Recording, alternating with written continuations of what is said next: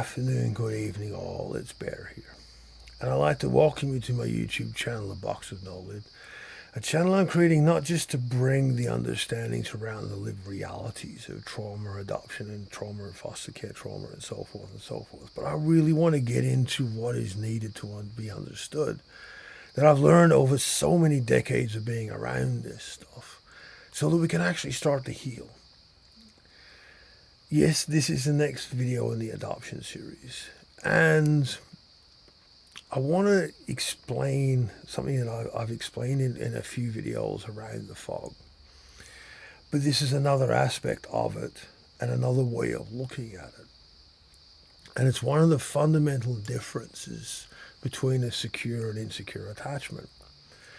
When you go through attachment trauma, especially when you're looking at early childhood, pre-verbal and in utero, that, as I've said in numerous videos, we are structured to have a separation, a gap, because of what happened and how we were removed, or how our removal betrayed those very initial connections, and how that gap plays out when you're being raised by someone that's not biologically your own. One of the key things in an infant and young child is there's a few key components to assessing safe as a secure belonging.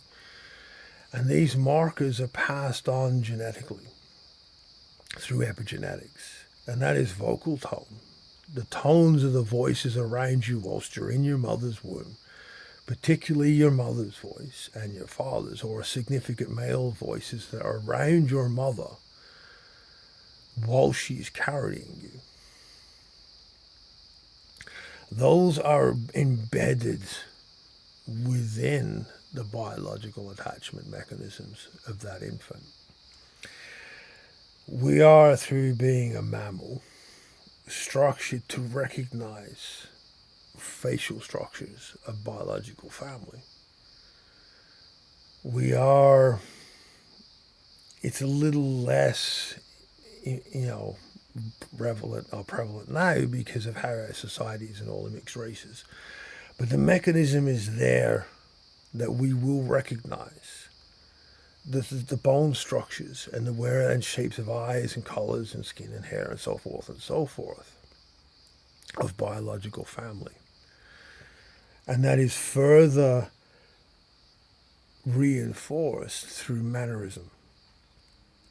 Mannerism is a huge one. I'm yet to listen to adoptees who have gone through a reunion. And I've listened to hundreds and hundreds and hundreds and talked with several that have gone through them, where they look like me. Their eyes are the same shape. Their mannerisms are the same. This is the same. This body posture. They do these same habits, these same behaviors, these same mannerisms. Hasn't come into the conversation very, very early on. Usually after that first reunion and the discussions that are afterward, that part is what I'm talking about. This part of recognizing biological family and those similarities in a reunion sense is heart-wrenching, and it's brilliant and it's powerful and so forth. But I want to put that to one side and take it into the infant's understanding for attachment. Now, when you're looking at being raised in a non-biological family, all the cues you were designed to recognize for a safe environment, and that ability to explore. Through that exploration, you expand your nervous system to interpreting, and you create skill sets and gray areas and all these different things that a safe and happy infant and child does. You learn to be a complete functional human being. Is fundamentally changed because the cues of being safe have changed. It is no longer, these are my biological parents, and I know their vocal tone, so I know I'm safe. I know what I'm allowed to do through that vocal tone. the expressions of their voice. If my Mars peeved, then I know I can't do. I might be cheeky and still do it, but you know, you learn to interpret your environment through this biological connection and interaction with biologically similar parents and siblings and so forth around. When you're raised in a non-biological family and that's not there, you add layers of other assessments. An infant first has to learn what is positive and what is negative with those raising him. Their vocal tone. What is their angry voice? What is their happy voice? And all these other layers in between. What are the facial expressions? There's all this learning that has to be done. So instead of that infant learning who they are and exploring their world, they're learning how to assess and to survive and prosper, hopefully, in an environment, a family that is not biologically their own. And that has a price tag. And that is the skeletal structure of the fog. That mechanism of doing that is the scaffold that the fog is built upon. The survival state is that what we do to keep going and to keep functioning and to be perceived as normal, and all these things that adoptees and many of us and those in foster care do, to try to put all that behind them. The scaffold of it is when we were supposed to be learning to explore our life and world and who we were learning to assess what we were allowed to do. We were learning to assess the people around. We adapted our neurophysiology to assess our environment in a way that supports a survival state.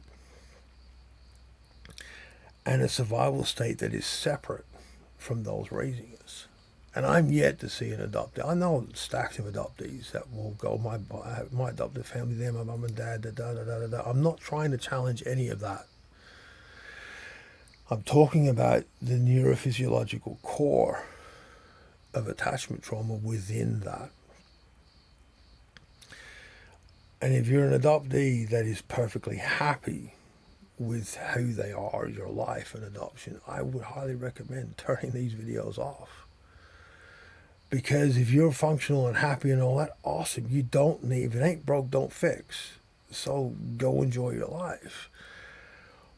Why I'm creating these videos of this channel is because every day I am bombarded by adoptees and several foster care people, especially ones that I know, with the struggles that we have every day. And I'm making these videos to try to explain why these struggles are the way they are, and what I've learned and witnessed over so many years of how we can actually create change or heal them. And the core component of the fog, as I said, the scaffold of it, is all the time that we were supposed to be exploring who we were and who we are and the world around us. This happy little kid experimenting and trying to learn things, doing everything that develops skill sets and problem solving. It develops a neurophysiological structure of multiple facets of interpretation. All that time and all that energy and all that neurosynaptic structure, the communications between different parts of our brain develops. All this developmental aspects and developmental trauma, which is what is developmental trauma, revolves around I have to assess to be allowed. I have to view my environment in what is mine, what is it, what am I part of, what am I not, what am I allowed, what am I not, from an isolated individual self. Not, I am part of a biological family, I am part of a biological community. I am alone. I am an island in amongst all this life. And that's what I see play out in the core of every adoptee and foster care person I've ever met. Everything comes from this core base. And we are never given the grace, the understanding, and most of us are not aware of how we need to build bridges to this island. And that's healing attachment trauma, is building bridges to that island and integrating that island into being part of something. That is the belonging. And understanding that our nervous system is a key component of that. So what we physically experience, I don't care what people tell you. Words don't touch this. Affirmations doesn't touch this. Senses, self-help books, none of that stuff will touch. None of it. Nothing will touch this. We need to be physically living in an environment for this to change, that supports that change. Whatever our environment is that we live in is what our nervous system will evolve these core base structures to adapt to. So if we want to heal this, we need to expand the ecology from the box into a room, into a home, into a neighborhood. This channel is named after the box that we're placed in as an infant, the box with no lid.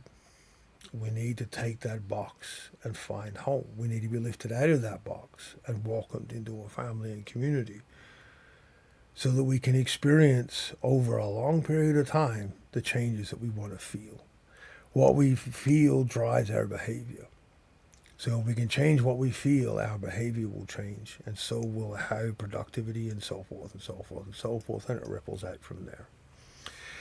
As always, I love you guys' comments and feedback. Please be mindful, please be safe, and I'll see you all next time.